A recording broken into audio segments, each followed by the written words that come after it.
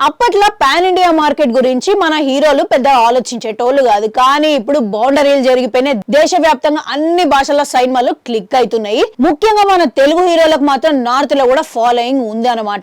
Prabhas cinema అంటే కోసుకుంటున్నారు, ఒక్కొక్కరు north లో ఊగిపోతున్నారు. అల్లు అర్జున్ తో సహా పుష్ప 2 తోని మంచి ఫాలోయింగ్ అయితే పెంచేసుకున్నాడు. ఇక RRR సినిమాతోని రామ్ చరణ్, ఎన్టీఆర్ కూడా మంచి గుర్తింపే తెచ్చేసుకున్నారు. ఇక వీళ్ళ ఫాలోయింగ్ నెక్స్ట్ లెవెల్ ని పెంచుకోవాలని ట్రై చేస్తున్నారు అనుకుంటా. ఇక అందుకే దేవరా సినిమాతోని NTR pan India range release చేస్తుంటే ఈయన ఏకంగా వార్ 2 తోని హిందీ సినిమాకి రెడీ అయిపోయాడు.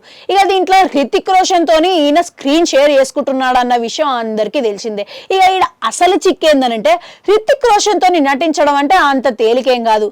అంటే తారక్ అంటే గొప్ప నటుడేం కాదు, కానీ హృతిక్ అపీరియన్స్ మాత్రం ఒక వేరే లెవెల్ ఉంటది, మామూలుగా ఉండదు అనమాట. ఎందుకనంటే ఈయన ఇండియన్ ఫిలిం ఫెస్టివల్ లోనే బెస్ట్ లుక్స్ ఉన్న హీరో లెక్క కాబట్టి ఇక ఈయన స్క్రీన్ మీద కనబడితే మాత్రం పక్కన వాళ్ళందరూ తేలిపోవాల్సిందే. ఆయన స్క్రీన్ ప్రెజెన్స్ వేరే లెవెల్ ఉంటది కాబట్టి ఆడియన్స్ ని ఆయన లుక్స్ తోని అదరగొట్టేస్తాడు, కట్టి పడేస్తాడు.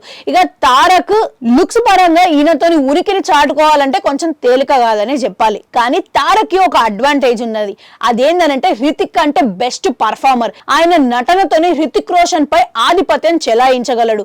ఇక అందుకే హిందీ డైలాగ్ డెలివరీతోని కూడా మార్కులు కొట్టేస్తాడని ఆశ్చర్యపోవాల్సిన అవసరం లేదు. మొత్తం మీద తారక్ బలం దీంట్లో ఉపయోగించుకొని హృతిక్ రోషన్ తోని పోటీగా నటించాలని చెప్పేసి అభిమానులు కోరుకుంటారు. ఇక మీలో ఎంతమంది హిందీలో తారక్ ని చూడాలనుకుంటున్నారు? కామెంట్లలో కామెంట్ పెట్టురి. అట్లా నాడు గంటుంటది, అది కూడా నొక్కురి. మళ్ళొస్తా.